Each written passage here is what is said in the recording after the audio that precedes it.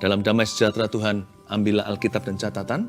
Sambil saya umumkan besok, kita akan ada ibadah online juga. Jangan jemu untuk kebaktian, karena di situ kita punya hidup diubahkan. Di gms.church, /streaming, live streaming kita. Mari kita ikut untuk ibadah. Tapi sekarang, dengarkan renungan. Amsal pasal yang ke-16 kita buka. Berikan judul beroleh hati bijaksana. Firman ini adalah amsal kehidupan bagi hati yang merana. Dan sekalipun hati kita fine-fine saja, namanya firman itu akan selalu kita rindukan. Biar Tuhan tambah-tambahkan hikmat di dalam hatimu. Biar Tuhan tambah-tambahkan kepandaian yang daripadanya. Biar hati kita semakin hari semakin bijaksana. Supaya kita bisa melihat jalan-jalan Tuhan. Beroleh hati bijaksana, Amsal 16 ayat 25 sampai 33. Saya bacakan, ada jalan yang disangka lurus, tetapi ujungnya menuju maut. Kita baca bersama-sama ya, 1, 2, 3. Ada jalan yang disangka lurus, tetapi ujungnya menuju maut. Nomor 1 dulu saya jelaskan ya. Ternyata manusia itu bisa hidup dalam dusta tanpa dia sangka. Kadang-kadang kita nggak kerasa apa yang kita percayai salah. Itulah sebabnya jangan pernah hidup dalam penyangkalan. Kalau hati kita biasa menyangkali, oh enggak kok, aku nggak gitu. Atau kita menyangkali sebuah problema di hidup kita. Atau kita menyangkali hati nurani kita yang menuduh kita, hehehe, jangan lakukan itu atau katakan itu, jangan berpikir begitu, itu salah di hadapanku. Kalau kita sangkali ronde 1, ronde berikutnya, lalu setiap ronde penyangkalannya semakin kuat, lama-lama kita tidak akan bisa membedakan mana yang benar, mana yang salah. Di situ masuk dusta. Dusta di sini lebih dari berbohong ya. Mama ada nggak? Mama nggak ada. Nah itu juga dusta, tapi dusta kelas rendah. Sama sih, dosa adalah dosa. Tapi dusta itu lebih dari itu. Dusta itu bisa juga dusta putih. Aku berbohong untuk kebaikan sih. Atau juga bisa jadi big lies, small lies, dimulai dengan bohong kecil-kecilan. Lama-lama jadi maling beneran. Yang pasti di dalam keluarga saya, cara saya mendidik anak-anak adalah saya beritahu sama mereka, kalian boleh salah apa aja. Satu hal ini tidak bisa ditoleransi di keluarga ini. Kalian nggak boleh berbohong. Ngomong apa adanya. Contohnya pecahkan vas, anak kecil kan bisa ngomong aja apa adanya. Atau kita buat salah yang lain. Karena orang yang suka berdusta, lama-lama kan bingung dalam dirinya. Lalu dari dusta kecil, dusta besar, dusta putih, dusta hitam. Abu-abu, apalagi. Udah nggak bisa bedain. Dusta bisa membuat orang gila di dalamnya. Di dalam hati kita itu kita bisa nggak tahu diri sendiri. Dari dusta, nanti bisa kronis. Berikutnya, keyakinan yang salah. Tanpa kita tahu kalau itu salah. Kita bisa merasa aku berbuat ini untuk Tuhan kok. Nah disitulah orang mulai, bukan sakit jiwa, disitulah sakit rohani. Sakit rohani diterusin, bisa jadi depresi, bisa jadi macam-macam penyakit jiwa. Baik yang biasa maupun yang bahaya. When you begin to believe that you do something in the name of God, that God hasn't told you to do so, waktu kita melakukan sesuatu di dalam nama Tuhan, padahal Tuhan nggak pernah suruh, wah di situ kita sudah putus hubungan dengan Roh Kudus. Roh Kudus bicara pun dianggap semu. Itulah sebabnya jangan sampai hubungan kita terlalu jauh. Be real, keep it real. Jadi pastikan hati dan pikiran kita itu diuji senantiasa. Jadi latih dirimu untuk beribadah itu bukan hanya kebaktian saja, tetapi latihlah dirimu untuk menimbang-nimbang perasaan dan pikiran. Karena itu izinkan Tuhan berbicara terus ke dalam hidup Anda. Supaya kita itu selalu berkaca, bercermin sama firman Allah. Biarkan Tuhan bicara ke dalam hidupmu. Dengarkan Roh Kudus ketika hati pikiranmu masih jernih. Kalau enggak nanti setelah keruh, Roh Kudus pun kita tolak. Masa perlu kita itu ngalami dulu pukulan, baru kita mengerti maksud Tuhan. Tuhan nggak kepingin bicara sama anaknya dengan cara begitu. Rotan itu jalan terakhir. Tuhan selalu bicara dengan tongkat penggembalaan.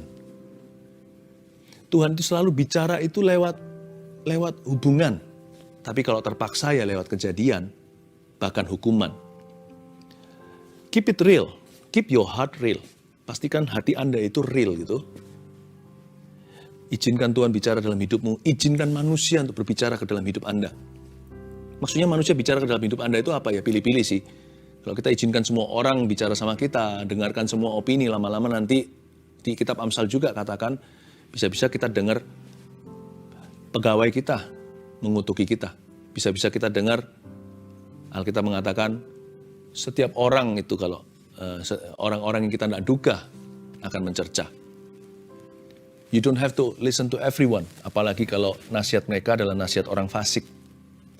Nggak usah orang ngomong apa, langsung kita goyah. Tuh, manusia beropini, hati kita tertuduh sekali.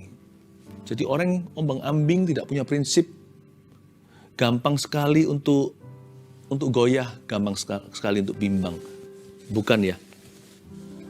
Anda dan saya harus minta ini sama Tuhan Yesus. Sedia payung sebelum hujan. Justru ketika hidup kita tidak ada krisis apa-apa, minta sama Tuhan utus orang-orang baik dan benar. Orang-orang yang bijaksana atau minimal lebih bijak. Dan berikan kepada mereka platform untuk bicara dalam hidupmu. Baik itu orang tua, jikalau orang tua Anda bijaksana. Karena tidak semua orang tua otomatis akan bijak. Baik itu seorang yang Anda tuakan. Entah siapa di dalam anggota keluarga. Entah itu saudara seiman. Atau dalam gereja juga bisa gembalanya. Yang pasti kita harus minta sama Tuhan untuk memberi kita orang-orang yang demikian. Minta orang majus di hidupmu. Orang-orang yang berbicara dalam hidupmu. Saya juga perlu. Tidak ada satupun di antara kita itu berdikari dalam hal ini. Kita saling memerlukan, saling membutuhkan. And then, selain itu, kalau kita supaya jangan sampai kita itu menyangka jalan kita lurus, lalu tiba-tiba kita berakhir di maut. Bukan hanya Tuhan bicara dalam hidup kita, orang lain atau manusia bicara dalam hidup kita. Hati-hati juga bagaimana Anda bicara pada diri sendiri. Be careful. Tolong diperhatikan apa yang Anda katakan pada dirimu sendiri. Lama-lama itu jadi kebenaran. Kalau kita ulang-ulang, aku ini orang paling kasihan, aku ini korban. Lama-lama, anehnya, jiwamu akan percaya mulutmu. Lama-lama, hati kita akan percaya kata-kata kita. Iya ya, aku ini orang yang kasihan ya. Aku ini selalu jadi korban. Nggak fair kehidupan. Dan akhirnya menjadi seseorang yang penuh dengan kepahitan. Disitulah orang tidak sadari jalannya pelan-pelan bengkok. Dia nggak bisa lagi membedakan kebenaran dengan kesalahan. Jalannya disangka lurus, perlahan-lahan dia bergeser ke maut. Karena dia nggak jaga perkataan.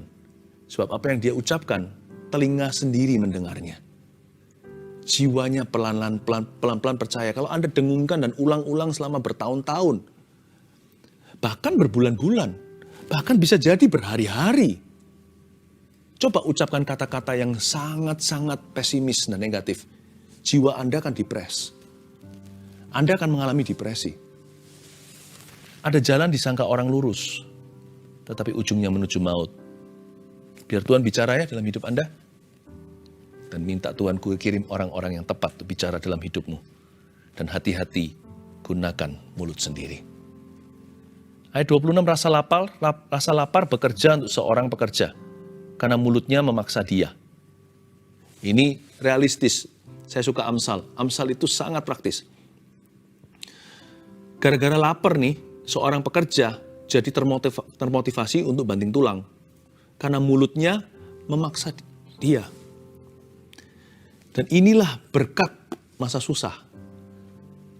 Kalau Anda dan saya renungkan banyak orang-orang sukses hari ini, dulu mereka dari keluarga yang susah. Tapi karena mereka nggak mau susah lagi, jadi mereka banting tulang. Lalu karena Tuhan memberkati, mereka jadi berhasil. Dan jadi pemimpin di bidangnya. Jangan sesali keadaanmu, percuma, itu nggak ke arah mana-mana. Pakailah kondisi yang sedang terjadi, masuklah hadirat Allah, recycle atau daur ulang situasi yang sedang di depan Anda, dan jadikan itu motivasi hati untuk bangkit dan untuk menjadi orang yang berbuah. Menjadi orang yang berhasil di mata Tuhan. Rasa lapar itu ternyata baik buat kita. Jikalau kita masuk hadirat Allah, membawa rasa lapar itu jadi puasa. Kalah itu nggak apa-apa. Gara-gara kalah, kita jadi latihan lebih keras untuk menang lain kali.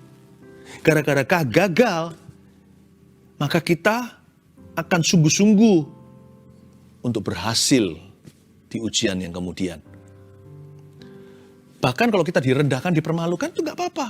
Kita belajar untuk mengampuni. Dan kita juga mempelajari sesuatu yang berharga sekali, yaitu jangan sampai kita akhirnya merendahkan orang lain karena kita rasakan sendiri sakitnya seperti apa. Jadi jangan sesali keadaanmu. Keadaanmu itu peluru. Keadaan Anda itu bahan baku. Sekarang kuncinya adalah what do you do with it? Disinilah letak perbedaannya. Apa yang Anda lakukan dengan itu?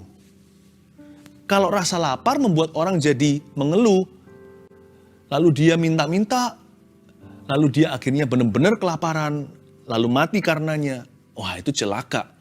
Tapi kalau rasa lapar membuat kita berkata gini, aku kan bekerja keras, 2-3 pekerjaanku rangkap sekalian supaya aku nggak lapar, adik-adikku nggak lapar, dan nggak terlantar di jalanan, membuat orang itu menjadi seorang pekerja yang tangguh.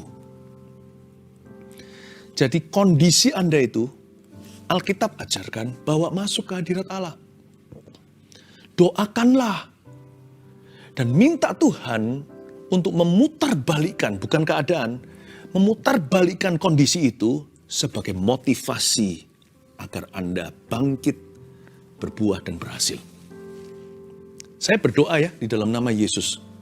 Hari-hari ini tidak sedikit orang yang susah.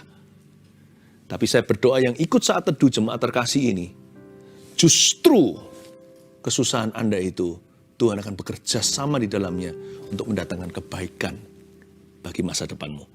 Ayat 27. Orang yang tidak berguna menggali lubang kejahatan, dan pada bibirnya seolah-olah ada api yang menghanguskan. Garis bawahi orang yang tidak berguna.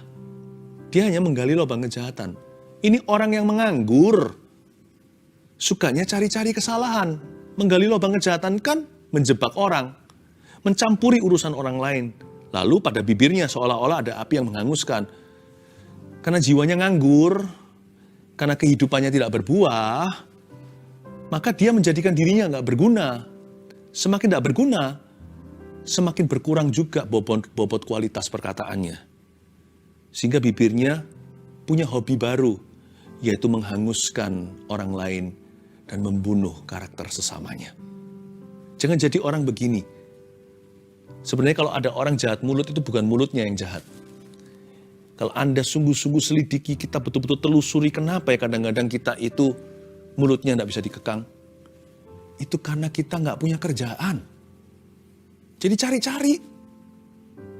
Itu yang disebut orang yang nggak berguna. Coba kasih guna di hidupnya, mulutnya berhenti. Karena dia nggak punya waktu. Dan kalau hidupnya berkualitas, orang begitu biasanya menghargai pergumulan orang lain. Kalau dia sendiri mengalami Kristus, orang itu akan bisa menerima kelemahan orang lain. Karena itu, dari ayat 27, Tuhan ajari kita, jangan sampai kita izinkan diri kita nggak ada kerjaan. Jangan suka melamun, itu istilahnya. Melamun hanya sekali-kali, kadang-kadang kita sendiri nggak menyadari. Maksud saya adalah janganlah kita nganggur secara sengaja. Ini bukan hanya bicara tentang pekerjaan bagi orang-orang yang di PHK dari kerjaannya.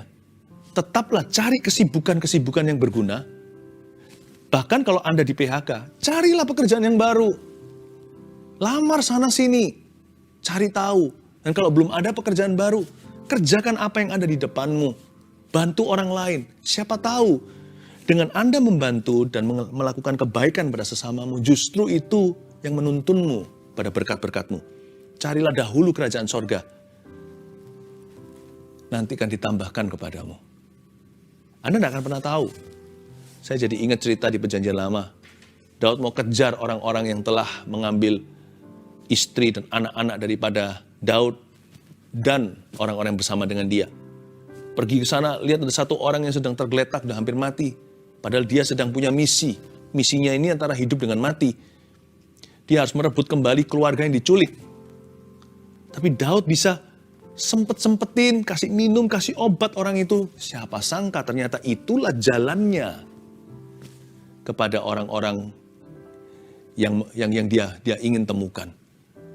Kita ngomong demi ngomong, bicara lagi, ternyata ketahuan bahwa orang itu adalah hamba atau budak dari kawanan yang menculik keluarga Daud dan kawan-kawannya. Ya, Daud tidak tahu nih harus apa, mulai dari mana. Tetapi dia lihat di depan mata ada sebuah kebutuhan dan dia memberikan diri sebagai pelayan. Justru Tuhan tambahkan, ketemu jalan yang dia cari. Itulah kompas keberhasilan. Jangan jadi orang yang tidak berguna. Saya bisa di PHK, but I refuse to be useless. Aku menolak untuk menjadi orang yang tidak berguna. Sebelum aku dapat pekerjaan baru, kalau ada yang nggak punya pekerjaan nih ceritanya. Aku akan jadi pekerjaan itu sebelum aku dapat pekerjaan. Ya. If I lose my job, let my life be a job. Biarkan hidupku menjadi pekerjaan itu. Aku pokoknya menolak menjadi orang yang nggak berguna. I refuse to be useless. Saya nggak mau itu. Kalau Anda punya dorongan seperti itu, saya rasa itulah dorongan sukses yang membawa Anda keluar dari pandemi ini. Ayat 28, orang yang curang menimbulkan pertengkaran. Dan seorang pemfitnah menceraikan sahabat yang karib. Saya kasih penjelasan tentang seorang pemfitnah supaya jangan Anda dan saya menjadi seorang pemfitnah, tapi juga supaya kita bisa langsung menyadari ketika kita berada di hadapan seorang pemfitnah. Seorang pemfitnah itu gimana sih ciri-cirinya? Hati-hati loh ya, karena mereka menceraikan sahabat yang karib. Pemfitnah itu orang yang curang. Curang itu gimana? Mereka itu membuat Anda dan saya melihat hanya ke arah yang mereka inginkan. Tapi mereka menyembunyikan sebagian besar kebenarannya. Jadi kita jangan terpancing. Orang yang pandai dan pintar, yang hatinya bijak, tidak akan terjebak. Seorang pemfitnah itu adalah seorang yang tidak akan menyelesaikan ceritanya. Ciri-ciri ini sudah kelihatan sekali, catat saja. Seorang pemfitnah nggak akan menyelesaikan ceritanya. Lalu simpang siur beritanya. Anda nggak bisa pegang gitu loh. Poinnya apa? Sebentar ke sini, kalau mau dibawa ke arah pembicaraan tentang fakta, langsung dia ke sana. Waktu kita sudah ke sana, dia bawa kita muter lagi ke sini. Jadi selalu simpang dan siur beritanya, dan tidak pernah menyelesaikan ceritanya. Betul-betul tidak tuntas dan totalitas. Dia hanya memberitahu satu angle atau satu sudut pandang saja, tapi bukan holistik atau tidak menunjukkan gambar luasnya. Be careful dengan yang namanya pemfitnah. Selain itu, seorang pemfitnah selalu terselubung maksud-maksudnya. Kalau Anda tanya betul-betul pertanyaan jackpot ini, motivasi Anda apa ngomong ini? Dia nggak akan bisa, oh nggak apa-apa, aku kan cuman, dia nggak bisa menjelaskan. Kita yang bisa menimbang, motivasinya salah. Bisakah air tawar keluar dari sumber air asin seperti lautan? Bisakah sumber mata air tawar, fresh water, mengeluarkan air asin dari orang yang motivasinya salah, yang terselubung maksud-maksudnya, nothing good, tidak ada yang bagus keluar dari kehidupan seseorang seperti itu. Sebab sebuah pohon dapat dilihat dari buahnya. Kalau akarnya pahit, semua buahnya mencemarkan. Itulah sebabnya hari ini kita harus beroleh hati yang bijaksana. Karena Yesus ingin supaya kita berbuah hal-hal yang baik dan benar. Dari hati harus bijak. Karena permulaan hikmat itu bukanlah kelakuan. Hikmat itu bukan pertama-tama di lapangan. Permulaan hikmat adalah takut akan Tuhan. Dan takut akan Tuhan itu ada di sanubari, di lubuk hati orang-orang yang mengasihi Dia. Jangan jadi orang yang tidak berguna. Jangan menjadi seorang yang idle, dalam bahasa Inggrisnya IDLE. Yang malas-malasan, useless. Tapi juga jangan menjadi seorang pemfitnah. Dan hati-hati jikalau Anda diadu oleh seorang pemfitnah. Baik di dalam tempat kerja Anda, office contohnya. Atau di dalam rumah tangga Anda. Pokoknya janganlah Anda diperalat dan dimanfaatkan oleh orang-orang yang punya maksud terselubung dalam hidupmu. Anak Tuhan harus pintar. Anak Tuhan harus pandai. Anak-anak Tuhan harus menjadi bagian dari solusi, bukan nambah-nambahi problema. Nanti hari-hari ke depan, Tuhan mau memakai Anda. Kalau Anda mendengarkan firman setiap Rabu Sabtu saat teduh, kalau Anda dan saya tidak tambah bijak, percuma semua firman yang kita dengarkan. Kita harus bisa terapkan firman ini, karena goal kami, goal saya untuk membimbing menggembalakan Anda lewat saat teduh seperti ini, bukan supaya Anda gemuk dengan firman, tapi supaya menjadi saksi-saksi hidupnya Tuhan. Tujuan akhirnya adalah supaya hidup Anda dipakai oleh Tuhan, bukan hanya Anda diberkati dan disembuhkan, tapi supaya hidupmu useful, berguna bagi kerajaan Allah. Ayat 30, siapa memejamkan matanya, merencanakan tipu muslihat. Siapa mengatupkan bibirnya, sudah melakukan kejahatan. Itu continue dari ayat 29 tadi. Maksud-maksud tersembunyi, itu tambahan saja. Siapa yang memejamkan matanya, nggak berani lihat mata ke mata lah, tatap mata dia nggak berani. Karena orang yang punya tipu muslihat, terlihat di jendela jiwanya. Dan mengatupkan bibirnya sudah melakukan kejahatan. To tell part of the truth is to tell a lie. Untuk memberitahukan hanya sebagian kebenaran itu sama dengan memberitahukan kebohongan. Nah, pinternya pemfitnah adalah biasanya diberitahukan secuil aja menurut agenda mereka, sehingga kita masuk dalam jebakan salah paham mereka. Padahal kalau kita tahu seluruh ceritanya, Anda pasti tidak akan berpikir atau berpikiran seperti sang pemfitnah. Jangan jadi budak orang atau budak manusia. Jadilah hamba Tuhan dan hamba-hamba Allah. Ayat 11. Ayat 31. Rambut putih adalah mahkota yang indah yang didapat pada jalan kebenaran. Ini uban. Lucu ya, uban bisa jadi satu ayat. Ini apa maksudnya? Apakah iseng? Tidak ada satupun ayat firman Tuhan itu tanpa arti. Uban dibahas di ayat 31. Rambut putih adalah mahkota yang indah. Itu artinya gini ya. Saya kasih bahasa sehari-harinya ya. Bahasa subjektifnya. Kalau ini firman Allah tertulis, nggak bisa diubah. Tapi saya kasih pengertian-pengertian untuk membantu Anda mencerna. Rambut putih adalah mahkota yang indah. Yang didapat pada jalan kebenaran. Tidak semua orang ubanan itu dewasa. Rambut putih adalah mahkota.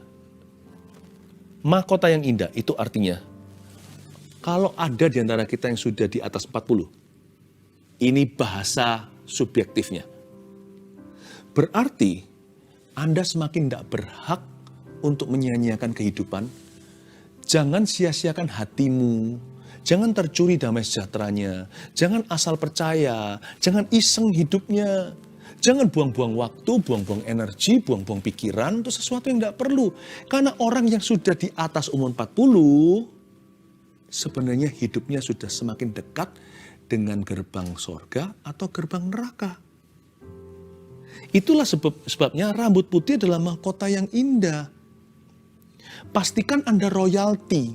Pastikan Anda itu bangsawan sejak umur 40 sekian.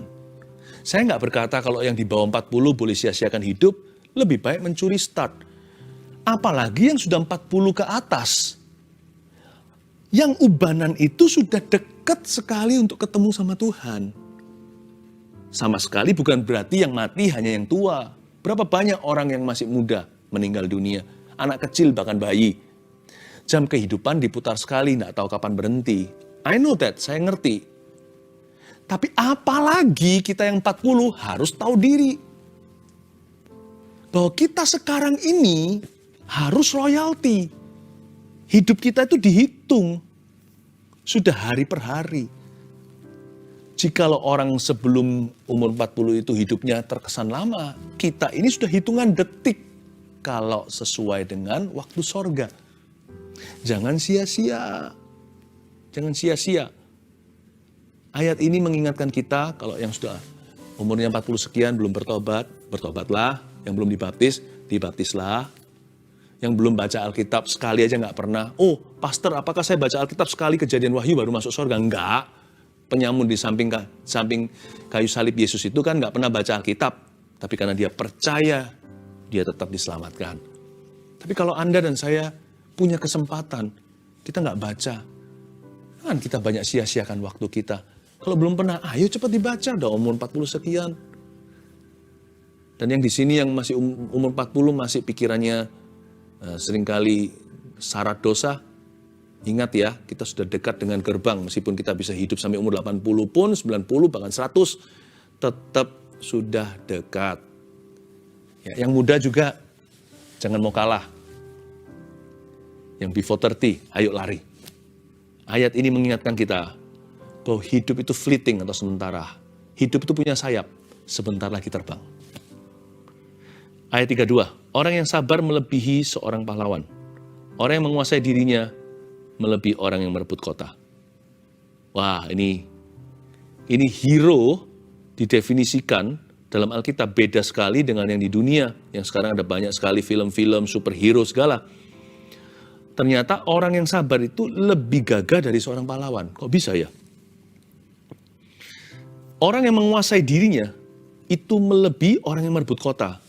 Wah, betul-betul Alkitab itu punya value nilai yang berbeda ya. Kalau di dunia ini kan banggakan kekuatan fisik. Tetapi Alkitab membanggakan kekuatan rohani. Manusia roh itu lebih gagah daripada manusia fisiknya. Daripada manusia jasmani. Ternyata untuk jadi sabar itu lebih susah daripada menang gelut sama orang. Menguasai diri itu lebih hebat daripada orang yang bisa push up ratusan. Karena fisik kita itu lebih mudah. Jasmani itu asal dilatih aja bisa. Rohani itu perlu dekat Tuhan baru kita punya kuasa. Orang sabar melebihi seorang pahlawan. Orang yang menguasai diri melebihi orang yang merebut kota. Dan kalau Anda mau jadi orang-orang yang perkasa di mata Allah, maka belajarlah untuk bersabar dan menguasai diri. Ada dua dimensi sabar yang saya mau sampaikan. Anda bisa catat ini ya. Orang sabar itu gimana sih? Pastor Philip, saya bukan orang sabar, saya ini gampang marah. Oke. Sabar itu ada dua definisi. Satu, dimensi pertama, level 1, sabar sebelum marah. Sekali kita marah ya, coba kalau emosi, tensi langsung tinggi. Kalau sekali kita ngamuk ya, turunnya itu bisa berjam-jam, sekalipun tidak emosian, tapi kita masih kesel. Hatinya masih ngerasa nggak enak, masih ada amarah, campur guilty, rasa bersalah, itu masih berjam-jam. Bahkan beberapa orang bisa berhari-hari kalau dia nggak bereskan langsung dengan siapa bersangkutan pada hari hanya. Lebih baik nggak pernah kita itu buka keran daripada basah semua. Sekali bocor keran itu, air kalau sudah nyemprot nggak bisa ditarik kembali. Jadi pandailah, bijaklah orang yang sebelum marah atau murka, dia tahan dirinya. Sabar itu bukan orang sabar. Sabar itu suatu tindakan nyata. Jadi semua kita pada dasarnya adalah orang yang suka marah. Termasuk Musa yang paling lemah lembut dan paling sabar itu. Dia pun akhirnya nggak masuk Kanaan gara-gara apa? Gara-gara murka. Dia mukul batu dengan tongkatnya keluar air padahal Tuhan hanya bicara. Tuhan berkata sama dia, hanya beri instruksi, jangan main fisik. Tapi Musa emosi, dipukul batu itu dan melanggar firman Tuhan. Jadi kita semuanya ini, yang paling sabar di antara kita pun, sebenarnya kita adalah makhluk amarah. Jadi sabar itu adalah sebelum marah, mikir, sekali airnya bocor, susah untuk ditahan. Sabar portal pertama adalah sebelum marah. Tapi Alkitab ini realistis sekali. Di Perjanjian Baru ditulis begini, silahkan marah tapi jangan berdosa. Be angry but do not sin. Jadi kemenangan kita itu realistis. Karena itu sabar yang kedua adalah sabar sesudah terlanjur marah. Kok bisa? Bisa. Ketika kita marah, detik di mana kita sadar, tarik diri. Karena marah 1 menit sesudahnya lebih bagus daripada marah 2 menit berikutnya. Marah 2 menit berikutnya lebih baik daripada marah 10 menit selanjutnya. Marah 10 menit lebih baik daripada marah 1 jam. Marah 1 jam lebih baik daripada marah 1 hari, apalagi kalau nginap semalam. Marah satu hari lebih baik daripada marah 1 bulan. Itu namanya kepahitan. Itulah sebabnya marah itu harus ada remnya. Aku udah terlanjur marah. Siapa sih nggak pernah? Saya juga pernah. Kalau setelah marah itu kita nyesel, kita rasa nggak enak semua. Dan kalau kita sadar itu, remember this. Alkitab mengatakan, orang yang menguasai diri melebihi orang yang merebut kota. kota yang jatuh ke tangan musuh bisa direbut kembali kalau Anda masih mau menguasai diri. Menguasai diri itu berarti ada dimensi terlanjurnya. Kuasai kembali kota yang sudah direbut oleh lawan Anda, yaitu emosi. Kalau Anda sudah terlanjur ngamuk, tarik diri. Sabar lagi. Dan beritahu pada diri sendiri, tahan. Dan biasanya air sejuknya adalah kita minta maaf. I'm sorry. Atau kalau enggak, kita diam dulu kasih waktu. Setelah itu, kita bicara hal-hal yang baik. Karena jawaban yang lemah lembut, meredakan amarah. Biasanya, enggak harus bicara tentang isunya. Tapi kalau kita bisa mulai lemah lembut, ngomong hal-hal yang biasa, itu biasanya reda. Setelah reda nanti, baru kita buka isunya kembali. Tadi itu maksudku begini loh. Sorry kalau aku membuat kamu jadi marah. Atau sorry kalau papa membuat kalian ketakutan dengan bentak-bentak segala. Maksud papa begini. Baru beritahu maksudnya. Asal ada sorry, asal ada kasih akan menutupi banyak sekali kesalahan. Jadi, orang sabar itu nggak ada di dunia. Yang ada hanyalah orang menguasai diri. Lebih baik, the earlier the better. Lebih dini lebih baik. Sabar sebelum marah. Dan kalau sudah terlanjur marah, ternyata masih bisa sabar. Karena Alkitab berkata, belum terlambat orang yang menguasai dirinya. Terakhir, ayat 33. Undi dibuang di pangkuan, tapi setiap keputusannya berasal daripada Tuhan. Ternyata hidup ini sebagian besar adalah blind date with Jesus. Atau kencan buta dengan Tuhan, bukan berarti kita tidak mengenal Tuhan. Iman kita nggak buta. Maksudnya nasib kita itu sebagian besar di luar kendali kita. Undi bisa dibuang di pangkuan, kita hanya bisa do the best and God will do the rest. Kita melakukan yang terbaik, Tuhan melakukan sisanya. Undi dibuang di pangkuan, tapi keputusan tetap berasal daripada Tuhan. Akhirnya, akhir kata, kita hanya bisa berusaha. Tapi kalau kita dekat dengan Tuhan, hati kita aman. Sebab kita tahu Tuhan tidak pernah bermaksud buruk dalam kehidupan kita. Itulah sebabnya setelah Anda berusaha, nggak usah dibawa stres ke tempat tidur Anda. Asal Anda sudah berusaha, sekalipun nanti gagal, ada kekurangan, kelemahan, asal Anda mau belajar lagi, asal Anda mau bangkit, percayalah, Tuhan yang akan lakukan sisanya. Belajarlah berserah. Karena orang yang berserah akan dibela oleh Tuhan. Mari kita sama-sama bawa hati kita masuk ke hadirat Allah sekali lagi.